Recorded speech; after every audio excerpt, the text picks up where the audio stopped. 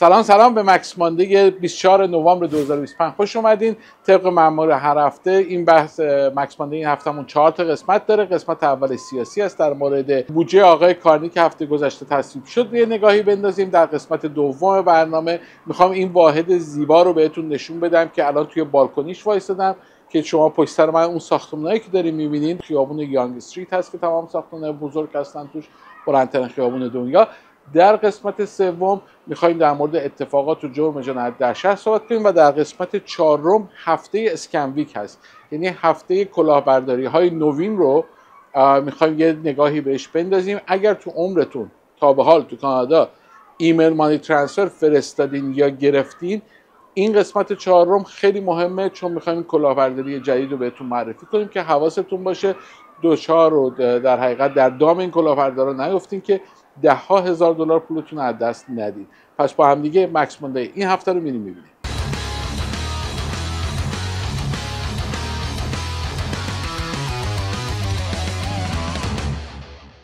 خب در هفته گذشته لایحه بودجه آقای کارنی با یک نمره ناپلونی پاس شد.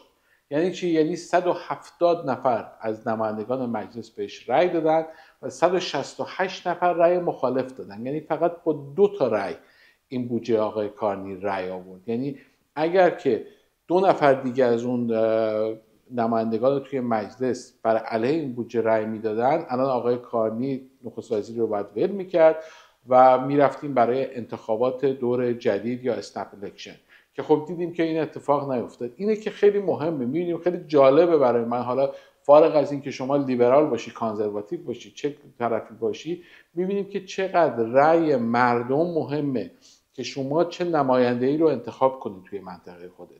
یعنی اگر مردم 2 تا نماینده دیگه حزب کانزرواتیو رو انتخاب کرده بودن، الان آقای مارک کارنی رفته بود و داشتیم میرفتیم برای انتخابات دوباره. It was a parliamentary game of chicken that Mark Carney's Liberals narrowly won. Nays pour 170, 170. Nays contre 168, 163. The budget vote was a nail-biter that could have sparked an election.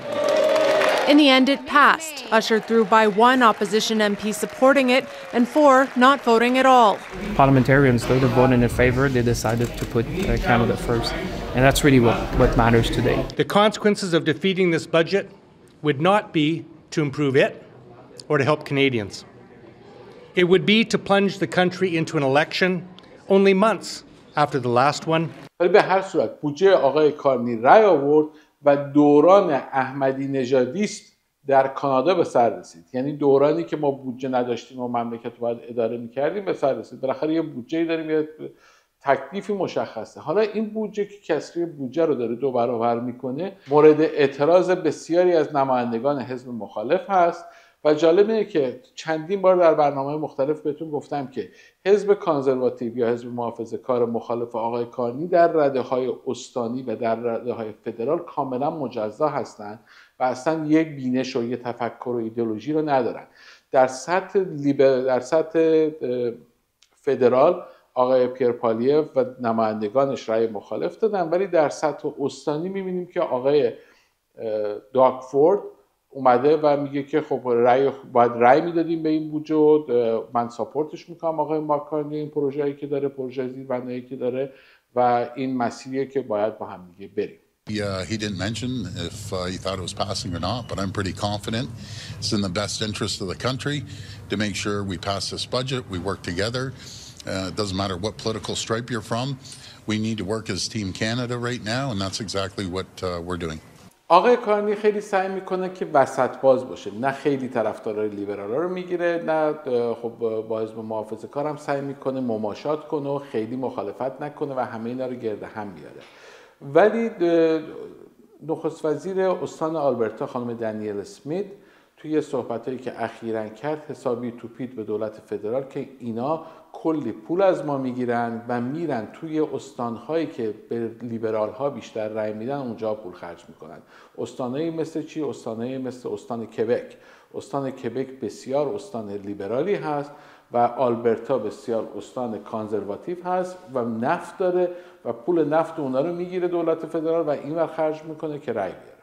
Alberta, year after year, has $20 to $25 billion that is siphoned out of our system to go to Ottawa so that it can be spent mostly in Quebec, but also in other places that vote Liberal. We have been watching this for years. $600 billion in the last 40 or 50 years that have been taken out of this province. You don't think we might be able to do a little bit more on social spending if those $20 to $25 billion stayed here?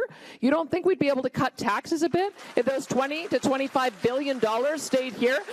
It is $5,000 per Albertan that every single year gets transferred out of this province for political reasons so that the Liberals can continue to spend it in places that vote Liberal. That is what is happening in the province and in the country. Thank you. حالا خانم دنیل اسمیت علاوه بر اینکه این قرار رو میزنه خیلی هم رو حقوق فردی داره تکیه میکنه، طوری که جدیداً چندین نفر از کارمندان دولت رو مثل اینکه دولت‌های استانی و دولت فدرال اخراج کردن به خاطر کامنت هایی که روی پست‌های سوشال میدیاشون میذاشتن، پیغامایی که اونجا میذاشتن. حالا خانم دنیل اسمیت یه قانون جدید داره میبره توی مجلس استان آلبرتا که هیچ کارمند دولتی به خاطر اظهار نظر و عقیده‌اش از کارش بیکار نشه و هر جوری که دلش میخواد صحبت کنه و کاری که تنها باید بکنه اینه که کار خودش رو تو اداره خودش پروفشنال انجام بده. بیرون محل کارش هر کاری میکنه به خودش مربوطه. Today we are introducing Bill 13, the Regulated Professions Neutrality Act. This is common sense legislation that would recognize that everyone should have the right to express their personal views freely.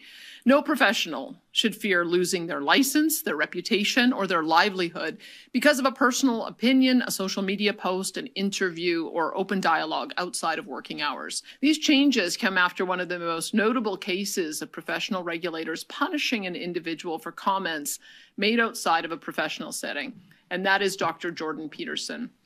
Dr. Peterson was sanctioned and ordered to undertake a so-called re-education program in order to maintain his credentials for statements he had made outside of a clinical psychology setting. Similar notable cases have involved nurses, doctors, and teachers that have been punished, sanctioned, or have had their licenses threatened for comments that they have made on social media, at protests, or even at meetings of local city councils. We looked at these cases and asked an important question. Are regulators still focused on public safety and professional competence, or are some of them overstepping to enforce ideological conformity and to silence public discourse? The bill aims to protect expressive off-duty conduct. It draws a clear distinction that regulators are responsible for competence and ethics, not policing beliefs or personal expression that has no bearing on a person's ability to do their professional practice. ولی از همه جالبتر اینه که تازه مجلس و سنا وزیر مهاجرت رو آوردن و سوال پیچش کردن که آقا میگن تو این داستان مهاجرت چی داره میگذره، این همه پناهنده دارین پول میدین، اینا چی هن؟ کجا هستن؟ حالا معلوم شده 5 میلیون نفر آدم به صورت ویزیتور در چند سال اخیر اومدن کانادا بدون که بک‌گراند چک شده باشن. یعنی یه نفر آدمی هستش که اسمش در لیست سکس آفندرها در کشور انگلستان هست به جرم رابطه جنسی با بچه زیر 18 سال، تو لیستش اونجا جزو لیست آدمای خیلی های ریسک هستش. ایشون بدون اینکه بک‌گراندش رو چک کنه دولت کانادا همینجوری بهش ویزیتور ویزا داده آوردتش. بعدن که خبردار شدن یارو رو انداختن بیرون. حالا توی سنا و مجلس نماینده شهر ما، شهر آرورا، آقای مناگاکیس داره از وزیر مهاجرت میپرسه اینو چجوری شما راش دادین؟ این که جزو اسمش تو لیست دیتابیس بوده شما اصلا چک نمیکنین؟ و این خانم در جواب میگه ما چک نمیکنیم، ما بر اساس اون فرمی که خودشون پر میکنن چون اونجا ننوشته بود که من سابقه کیفری ندارم ما راه دادیمش آوردیمش تو. A rapist of a young girl is on the UK sex offender registry. So I ask you again, if there's screening as you're suggesting, how did he get a visitor visa? So again, Canadians are concerned when reports suggest someone who's committed serious crimes abroad has entered Canada. And that is exactly why Canada must continue to maintain and strengthen the screening and enforcement systems. That's a talking point. I'm talking about an actual case of a rapist who came into this country, who from a G7 country, who was on the child abuse registry of the United Kingdom. Okay. Clearly giving me a talking point as an answer doesn't answer the question of how that person got into this country. So IRCC can't disclose individual cases, but on this one it is public, and I will tell you what the court decision, because it's gone to court, so the decision is public, indicates the individual moved to Spain in 2020, then came to Canada on a visitor visa in 2023, did not disclose his criminal history on the visa application, and he has now been found inadmissible. That was in a National Post is being story. deported. That response, in general, was in a National Post story on October 6, 2025, a day that you were the Minister of Immigration in this country. Okay? So basically, does it all it take for someone's background check? Is it okay with you if someone just doesn't tick off the box that says I have a criminal record as a proper screening for coming into the country? So Canada, a proper screen would have surely found this individual. So Canada has a robust screening process. I doubt it. This is not explaining it at all. Really? You have a robust screening system when someone that's on the child registry got into this country. It begs the question, how many more of these vile people are walking around our streets, in our communities, around our schools, around our community centers? جدا از اینها حالا معلومه که 30,000 نفر از این پناهندگان تقلبی اصلا معلوم نیست کجا هستن دیگه، اومدن تو کشور اصلا پناهندگی کردن، راشونو کشیدن رفتن و معلوم نیست چی به چیه. واقعا خب هر کسی که توی کانادا باشه میدونه دور و برش حتما 4-5 تا از این پناهنده تقلبی دیده و میبینه. من حالا اومدیم پناهنده شدیم کشور خودمون، اوکی جنگ فلانه، ولی شما که پول داری، توی ایران ملک داری، کارخونه داری، بیزنس داری، دیگه نیا اینجا آویزون سیستم دولتی بشو به خاطر $500، $1,000، $1,500. واقعا تأسف آوره. این مثل همون قوانین لندلورد و تننت، مالک و مستاجری که هفته پیش در موردش صحبت کردیم، انقدر شورش و گندش رو در میارن که آخر سر قوانین بر علیه مستاجر میشه. این کاری هم که شما دارین میکنین، سوء استفاده هایی که میشه توی سیستم و اینقدر که در و گر و گشاد گذاشتن، آخرش به نفع مهاجرین تمام نمیشه، به نفع پناهنده تمام میشه، آخرش به ضرر اونا تمام میشه، به ضرر پناهندگان بعدی که واقعا نیاز دارن برن یه کشور دیگه تمام میشه.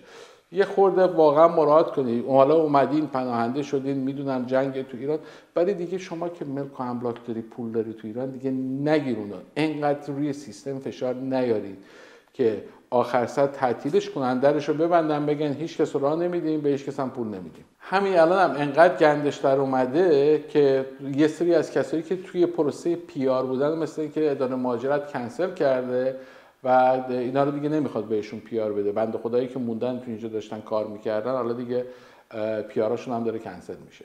These are skilled trade workers and their families. They've been protesting all week. They allege more than 2,600 workers had their applications under the skills trades stream of the Ontario Immigrant Nominee Program suddenly canceled en masse. Now, many of them work for companies like Bell and TELUS. Others work in automotive industries.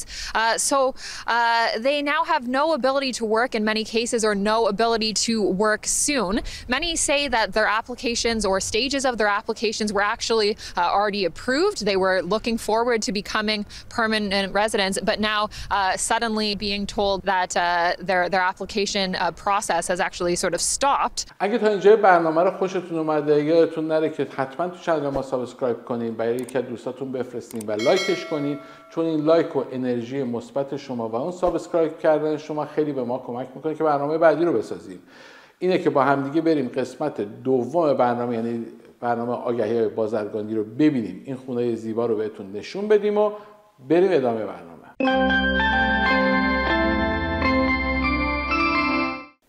امروز اومدیم توی یه یونیت خیلی خیلی خوشگل و جادار و سایز خوب توی منطقه نورچوک، شپرد و بیبیو، یکی از بهترین مناطق واکینگ دیستنس تو بیبیو ویلاج مال و همچنین سابوی، همه چیز در فاصله چند قدمی، مدرسه های بسیار خوب.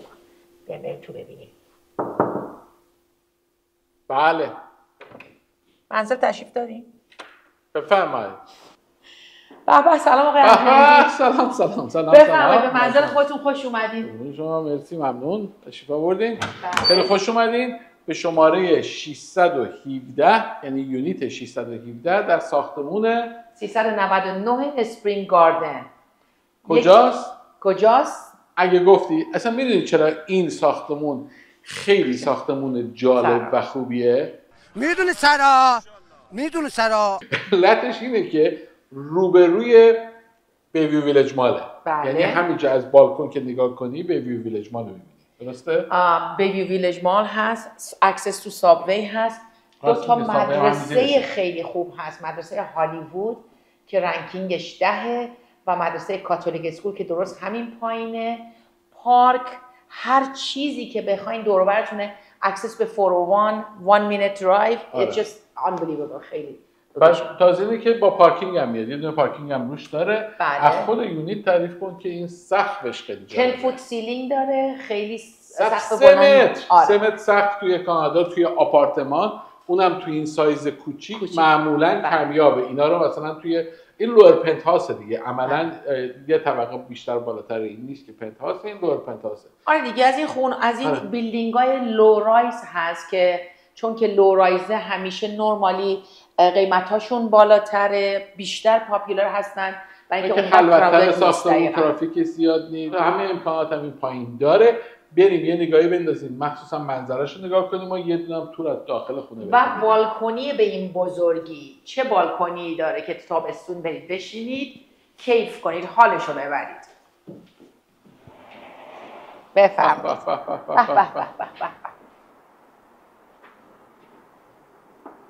ویوره ببین، ویو آن ابستراکتد، باز ویو شمالی، ولی در عوض ویو بسیار بسیار باز و قشنگه. اونم ماله ها، اون پشت ماله، اون بله اینا ماله. لابلاس همینجا هست، استارباکس میرید یه کافی بخورید. خب بریم تو.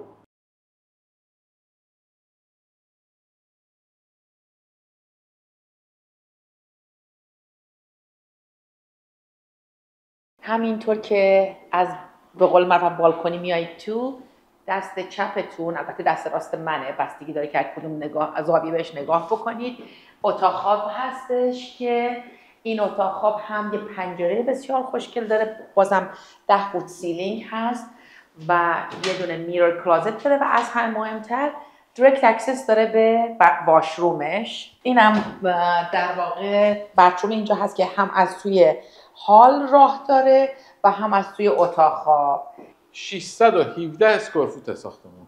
این پشت هم یه دونه دن داره. بله.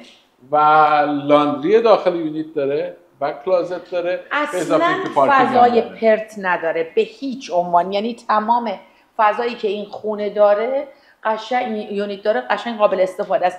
این دنش هم اونقدی هست که خیلی بزرگ نیست فضاش، ولی اونقدی هستش که یک تخت یک نفره یا به عنوان آفیس ازش استفاده کنید. اینه که اگه دوست داری این یونیت رو بوک کنی براتون نشونش بدیم، میتونی بری تو وبسایت meetmax.ca سر یه ساعتی که خودت فرصت داری، وقت داری و فرصت داری، یه ساعت وقت مشاوره خرید یا فروش یا مورگیج برای خودت بوک کنی، یا اینکه میتونی به شماره تلفنایی که روی سطح هست زنگ بزنی، شماره تلفن افسانه یا شماره تلفن من، و بتونیم کمکتون کنیم.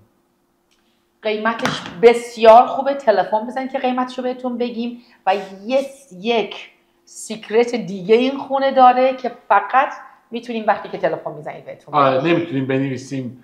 نمیتونیم اطلاعات بدیم. اطلاعاتش رو به صورت پابلیکلی بدیم، ولی اگر زنگ بزنید میتونیم بهتون بگیم. اما در بازار مسکن و مورگیج چه خبر؟ حالا که این خونه رو دیدیم میخوام بریم دوباره سر بازار مسکن و مورگیج. بازار مسکن که انقدر کنده که یکی از هموطنان ما که خودش هم ایجنت بوده اومده خونه خودش رو بفروشه، نتونسته بفروشه و طوری شده که دیگه الان به تلویزیون روی آوردن و خبرگزاری گلوبال نیوز رفته از اون خونه و این خانم یه گزارش تهیه کرده، چون پابلیک هستش من میذارم دیگه، این اطلاعات عمومیه، ما هم براتون میذاریم. Sandy, the housing picture has a different facade depending on where you're located in the country. Here north of Toronto in Newmarket, Ontario, a single mother bought this home behind me back in 2017. Now desperate to sell, for months she struggled to even get a single offer. I have to basically beg people to come and just even look at the house. I've been struggling. Mariam Mousavi admits she's barely making ends meet. As a real estate agent in the Greater Toronto Area, her net income has dropped significantly as housing sales have dried up. 200 to 300K versus for past year, I think I didn't make more than 50K. The national average sale price of a home sold in October was just over $690,000, down 1.1% from a year ago, according to the Canadian Real Estate Association. If you're in Quebec or you're in Saskatchewan or you're in Atlantic, you're in good shape. If you're in Ontario or British Columbia or maybe even Calgary, you got some issues. خب وضعیت وقتی بازار مسکن میخوابه، خب خیلی از کسایی که کارشون ریل استیت یا کار مورگیج هستش و تمام درآمدشون به این راه بسته هستش، واقعا تحت فشار قرار میگیرن. طوری که من داشتم با یکی از منیجرها صحبت میکردم، آمار رو در آورده بود از 70,000 ایجنت تورنتو ریل استیت بورد حدود 80%شون زیر 5 تا ترانزکشن امسال انجام دادن. این یعنی 80% اون جمعیتی که میبینید عملا کار زیادی نتونستن در سال گذشته بکنن. خدا رو شکر ما تیممون یکی از تیمای مجربه که توی یورک ریژن داره کار میکنه، تورنتو کار میکنه و همچنان خرید و فروش داریم، اجاره داریم و هنوز داریم کار میکنیم توی این مارکت خیلی بسیار کند. ولی خب باز هم از تمام کسایی که ما رو ساپورت میکنن، کلاینتامون تشکر میکنم توی این ویدیو که همچنان با ما هستن توی این وضعیت بد بازار مالی و باز هم ما داریم خرید و فروشامون رو انجام میدیم. اما طبق آمار کریا یعنی Canadian Real Estate Association، انجمن مشاورین املاک کانادا، استانی نه ها، اونتاریو نه، کل کانادا، ظاهراً طبق آماری که دادن در اکتبر ماه گذشته بالاخره بازار مسکن یه ذره از رکود، یعنی 0.9% فروشا بالا رفته، تقریبا 1% فروشا بالا رفته و طبق گزارشی که اونجا داده میگه با توجه به اینکه نرخ بهره ها یواش یواش اومده به 4 داره میرسه، یعنی به ریت منطقی داره میرسه، 3 تا 4% منطقیه و ریت اینفلیشن یعنی نرخ تورم هم هولوش 2% داره میچرخه. این نشون دهنده اینه که کلا وضعیت اقتصادی کانادا داره استیبل میشه.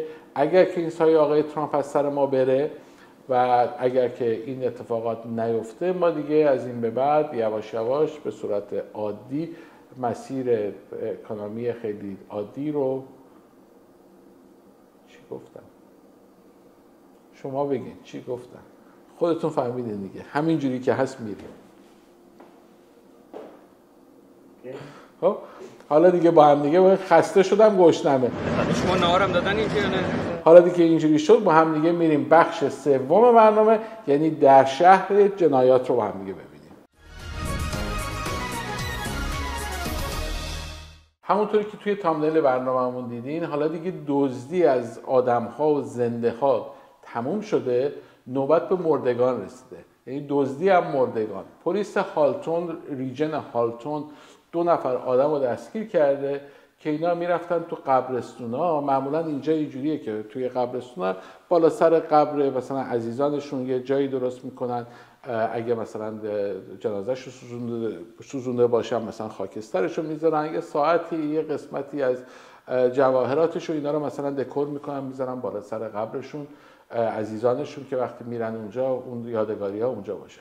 حالا 2 نفر رو پلیس هالتون ریجن دستگیر کرده که کارشون این بوده که در روز روشن میرفتن توی قبرستونا، خودشون رو به جای فامیلای عزادار جا میزدن، میشستن بالا سر قبر و همونجا دزدی میکردن و این لوازم رو میدزدیدن که کلی از اینا لوازم پیدا کردن.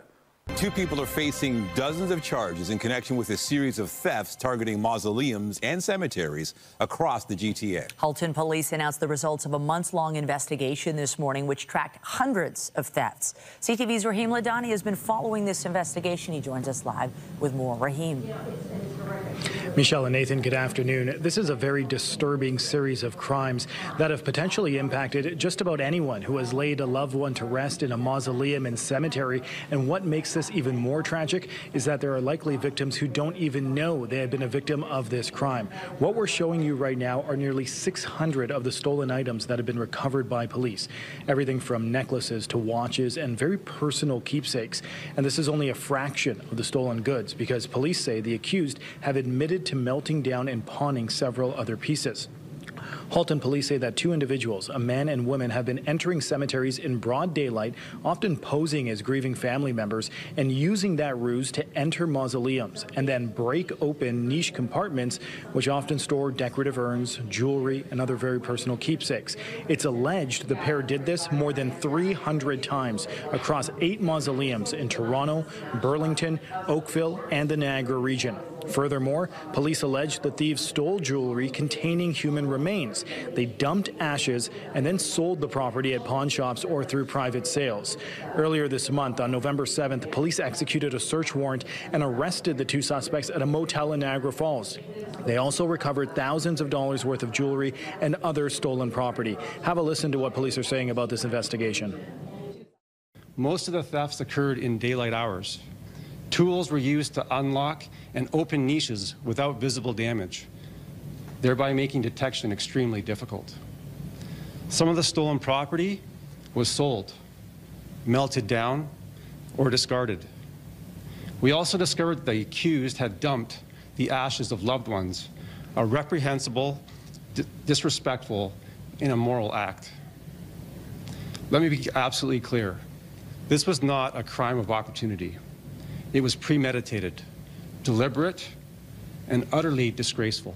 یعنی ببین وضع مردم به کجا رسیده که حالا دیگه از زنده ها که دزدی میکنن هیچی، حالا دیگه به مرده هام رسیده دزدی. خیلی جالب بود آقای جی دی ونس معاون آقای ترامپ یه دونه پست تو اینستاگرام یه پست توی اکس گذاشته بود که خیلی جالب بود. نوشته بود که اگر شما کانادایی‌های عزیز اگر که کیفیت زندگیتون در کانادا داره میاد پایین، تقصیر امریکا نندازید.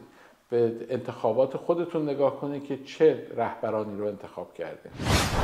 حالا که هوا سرد شده حواستون باشه یه حیواناتی اینجا هست توی تورنتو و اطراف تورنتو که خیلی زیاده، معمولا شنیدین، به نام کایوتی. کایوتی یه چیزی شبیه شغاله به نظر من. حالا نمیدونم فارسیش دقیقاً چی میشه، ولی کایوتی یه چیزی مثل شغال میمونه که اینا وقتی که هوا سرد میشه دیگه غذا اینا کمتر پیدا میکنن، یه خورده خطرناکتر میشن که مرتب توی تابستون‌ها اینا که دیر وقت میرفتیم پیاده روی میدیدیم.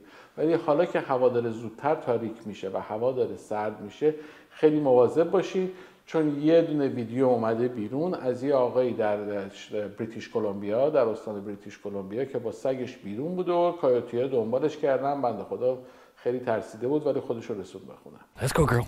I felt like I just almost lost our dog. Good girl. A routine dog walk Tuesday morning turned in a matter of seconds when Scott Towers and his dog came across 2 coyotes acting aggressively. As soon as they made eye contact with both of us as we were standing just 10 feet behind here, they started running at us. Security cameras recorded some of what happened next. When the Port Coquitlam resident first saw the coyotes approaching, he turned and ran towards home, the coyotes following close behind. The aggressive animals coming right up to Towers' door. My instinct right away was to keep her close to my feet. Don't let her get out too wide, left or right, or front or back. He immediately called the city and conservation officers. The response, to his mind, has been less than he expected. They didn't contact me all day yesterday, and the city basically said we can't do anything. It's a conservation. It's their business. While the city says it is aware of the incident and others like it in the area, recently coyotes were seen chasing a bear near the Walmart. There is no jurisdiction to deal with these types of complaints.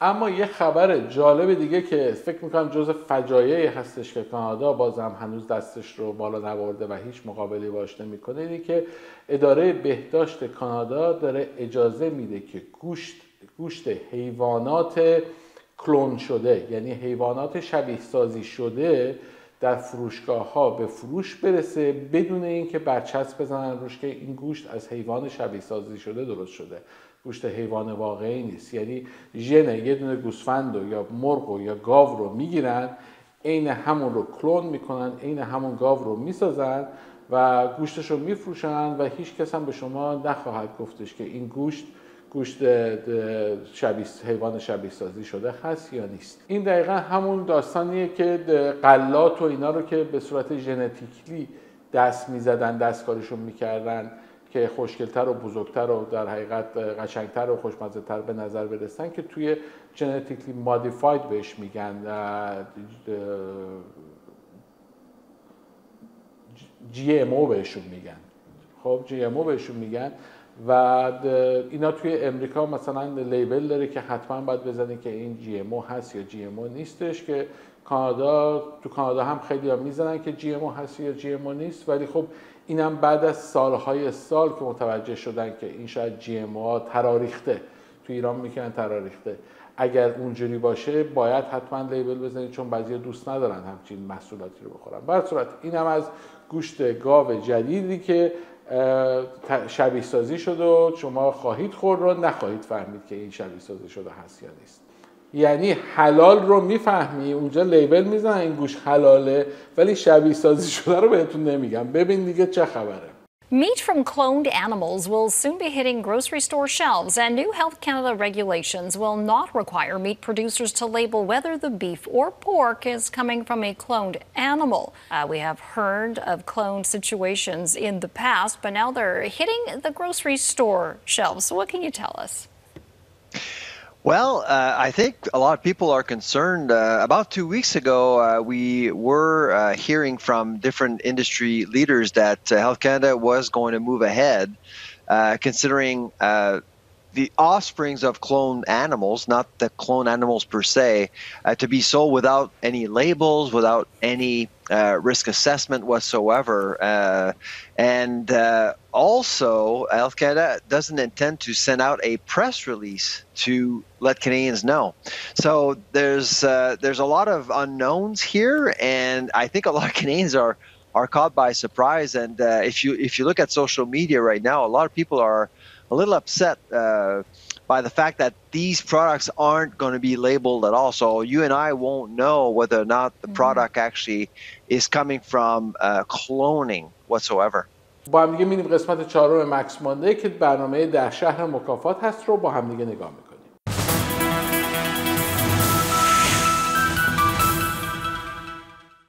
اما در بخش 4 2 تا کلاهبرداری جالب رو می‌خوام بهتون نشون بدم. یکی این که یه بند خداهایی که یک زن و شوهری که مسافرت کرده بودن ایتالیا، یکی از اون دستگاه‌های اونجا رو تو ایتالیا هک کرده بودن هکرها و اینا رفتن از اونجا تیکت بخرن. $15,000 سرشون کلاه رفته و الان اومدن تو کانادا دعوا دارن که چجوری باید پولشون رو پس بگیرن. Roger Buis and his wife Lisa had just arrived in Florence, Italy last month. They were trying to buy tram tickets at this machine at the airport there using their BMO MasterCard. The machine wasn't working. It turns out the machine had been hacked, something the couple didn't know until about an hour later. Over $4,000 had come off Roger's credit card. They contacted BMO and filed a police report and reached the Transit Authority, which confirmed they weren't the only ones defrauded. We are aware of a recent scam involving the tram ticket vending machines. The couple went on with their trip using another credit card. When they left Italy and flew back home to Port Dover, Ontario, they found out BMO was insisting they were at fault and would be financially liable for thousands. And the bank was adamant. و در قسمت دوم این خیلی جالبه و خیلی مهمه. خیلی از آدما بالاخره وقتی وضعیت اقتصادی خوب نمیشه شروع میکنن یه سری وسایل خونه‌شون رو شاید بفروشن. وسایلی که اضافه است، نیاز ندارن، تو انبار افتاده، تولز، کامپیوتر، مانیتور، تخت، دوشک، تغییر دکوراسیون میخوام بدن. قدیما همه میذاشتن دم دریا میبردن میدادن به این خیریه ها که اونجا بفروشه، ولی خب چون وضعیت اقتصادی سخت شده خیلی اینا رو میذارن تو مارکت پلیس فیسبوک و کیجیجی اینا رو میفروشن و وقتی طرف میخواد بیاد اینا رو پیکاپ کنه براشون ایمیل ترانسفر میکنه، یعنی پولش رو به صورت ای ترانسفر میفرسته که با هم دیگه نگاه کنیم که چه بلایی سر یه بنده خدایی اومده. Patricia, with advanced technology like artificial intelligence, e-transfer or phishing scams can look incredibly real. All it takes is one click on a fraudulent link that a scammer sends, and this could be a gateway into stealing your information, draining bank accounts in seconds. So this was the name of the listing, was 70s peasant top. Kimberly Bray was about to sell a second-hand blouse through the online marketplace platform Poshmark when she received this email. Poshmark shared your email with me so I could ask, do you still have the handmade 70s peasant top in stock? And then after that, they sent me a link for secure payment. She clicked on the link. Moments later, she got a text message from her bank saying an e-transfer for $1,000 had been sent and another one was underway. It hadn't clicked in until I received a text, and it was like e-transfer accepted. And I was like, wait a minute, I'm supposed to be getting the e-transfer for $30, not giving away one for $1,000. The email was from a scammer who sent a phishing link. When she logged into her bank account to accept the e-transfer, the scammer gained access to her banking information. I had a panic attack, but I responded very quickly. She called her bank and they investigated. So what's the best way to make sure this doesn't happen to you? If you're trying to sell something through an app or a website and you receive an email that isn't directly from the platform, don't click any links and call your bank immediately. اینه که امیدوارم از مکس پاندا این هفته خوشتون اومده باشه. اگه تا اینجای برنامه رو دیگه واقعا دیدین، سابسکرایب اگه نکردین سابسکرایبش کنین. تا هفته آینده خدا نگهدار.